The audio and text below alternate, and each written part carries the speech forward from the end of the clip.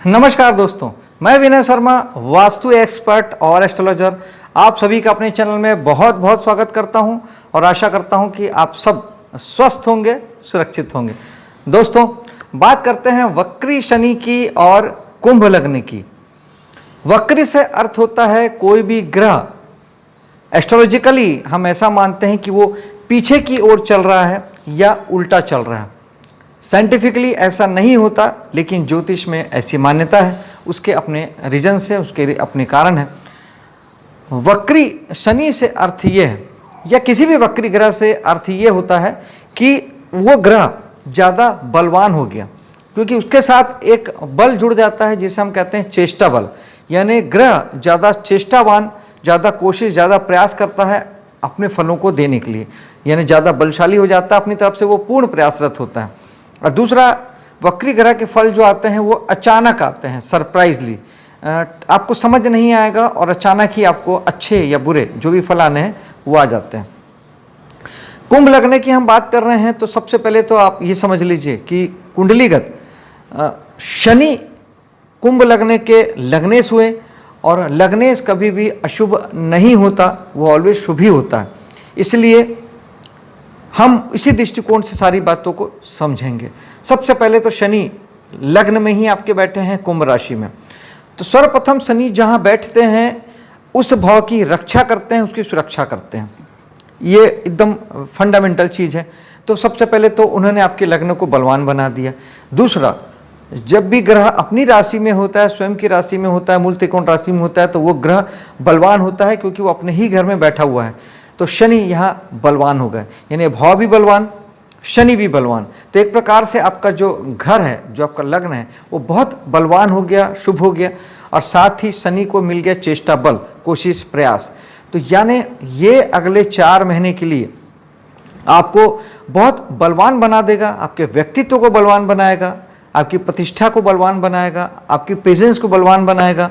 सेहत आपकी अच्छी रहेगी, निश्चित तौर पे आप एक अच्छा समय बिता सकेंगे, और साथ ही इस समय में आप अवेयर भी होंगे, जागरूक भी होंगे। अपनी सेहत को लेके आप में कुछ अवेयरनेस आ सकती है, जागरूकता आ सकती है। आपको एक्सरसाइज चालू कर सकते हैं, घर में योग प्राणायाम आप चालू कर सकते हैं, जिमिंग चालू कर सकते हैं, दौड़ना, खेलना, कुछ भी आप किसी भी एज के हों, स्पोर्ट्स से जुड़ सकते हैं। ये चीज़ें आपको शनि दे सकते हैं, आपके पास अवेयरनेस हो सकती है। और साथ ही चूँकि लग्न हमारे जीवन के सभी डोमेन को रिप्रेजेंट करता है, क्योंकि लग्न हम खुद हैं और सारी चीज़ें हमसे जुड़ी हुई है, इसलिए जीवन के सभी क्षेत्रों में आप बहुत मेहनत करेंगे, प्रयास करेंगे, क्योंकि शनि नैसर्गिक मेहनत के कारक हैं, अनुशासन के कारक हैं। तो आप मेहनती हो जाएंगे, अनुशासित हो जाएंगे, और हर फील्ड के लिए आप बहुत श्रम करेंगे, प्रयास करेंगे, एफर्टवान हो जाएंगे। शनि की 3 दृष्टियाँ होती है, 3, 7 और 10। शनि की तीसरी दृष्टि पड़ेगी आपके तीसरे भाव में, जहां पहले ही मंगल की मेष राशि है, जो कि मंगल शनि के शत्रु हैं। शनि जहां देखते हैं वहां बिगाड़ते हैं, यानी आपको उन चीज़ों से संबंधित दुख देते हैं, और शत्रु के घर में देख रहे हैं तो शत्रु को और ज़्यादा दुख पहुंचाने की कोशिश करेंगे। लेकिन अगर कुंडली में शनि शुभ हुए, दशाओं का क्रम अच्छा हुआ, तो इन फलों में कमी आ जाएगी, दिक्कत नहीं आएगी। और कुंभ लगने के लिए लग्नेश है तो उतनी ज़्यादा दिक्कतें नहीं आएगी। लेकिन तीसरा भाव हमारा होता है साहस का, पराक्रम का, एफर्ट का। तो सिंपली शनि जहाँ देखते हैं उसका सबसे बेहतरीन उपाय यही होता है कि आप उन भावों के लिए जहाँ शनि देख रहे हैं, उन चीज़ों के प्रति आप अवेयर हो जाएं, जागरूक हो जाएं, आप वहाँ पे ध्यान दें और मेहनत करें उन चीज़ों के प्रति, तब फिर शनि आपको कोई तकलीफ नहीं देते। तीसरा भाव हमारे होता है साहस का, पराक्रम का, एफर्ट का, कोशिशों का, हमारे हॉबीज़ का। इनको लेके आपको ध्यान देना होगा, अवेयरनेस रखनी होगी, जागरूक रहना होगा।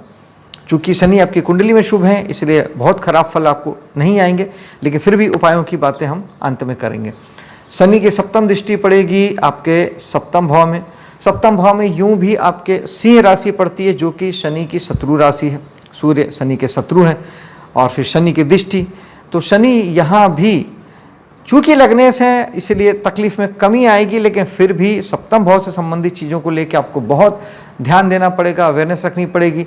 जीवन साथी और बिजनेस पार्टनर, इनके प्रति आपको बहुत मेहनत करने की ज़रूरत है, अनुशासित रहने की ज़रूरत है, नहीं तो आपको यहाँ से तकलीफ प्राप्त होगी, दुख प्राप्त होगा, जीवन साथी को लेकर आपको तकलीफ हो सकती है और किसी भी प्रकार से उनके माध्यम से या उनको लेके तकलीफ हो सकती है, बिजनेस को लेके आपको प्रॉब्लम्स आ सकती है और अचानक शनि कोई बड़ी घटना से आपको गुजार सकते हैं। वैसे भी सप्तम भाव हमारा मारक भाव होता है, तो ध्यान रखिएगा। अंतिम और दसम दृष्टि शनि की जो पड़ती है वो आपके दसम भाव में पड़ेगी। दसम भाव भी अगेन बहुत महत्वपूर्ण भाव है, हमारे कर्म को रिप्रेजेंट करता है, हमारे मान सम्मान प्रसिद्धि को रिप्रेजेंट करता है, पद को रिप्रेजेंट करता है। यहाँ पर शनि की दृष्टि और यहाँ भी शनि की शत्रु राशि वृश्चिक राशि है, मंगल की राशि, और शनि नैसर्गिक दुख के कारक हैं, तो यहाँ भी शनि कुछ ना कुछ आपको कमी देंगे, कुछ रुकावट, कुछ परेशानी आपको पैदा करेंगे, क्योंकि दसम भाव हमारे कर्म का है, तो आपके कर्म में बाधा आएगी या कर्म को लेकर आपको दुख होगा।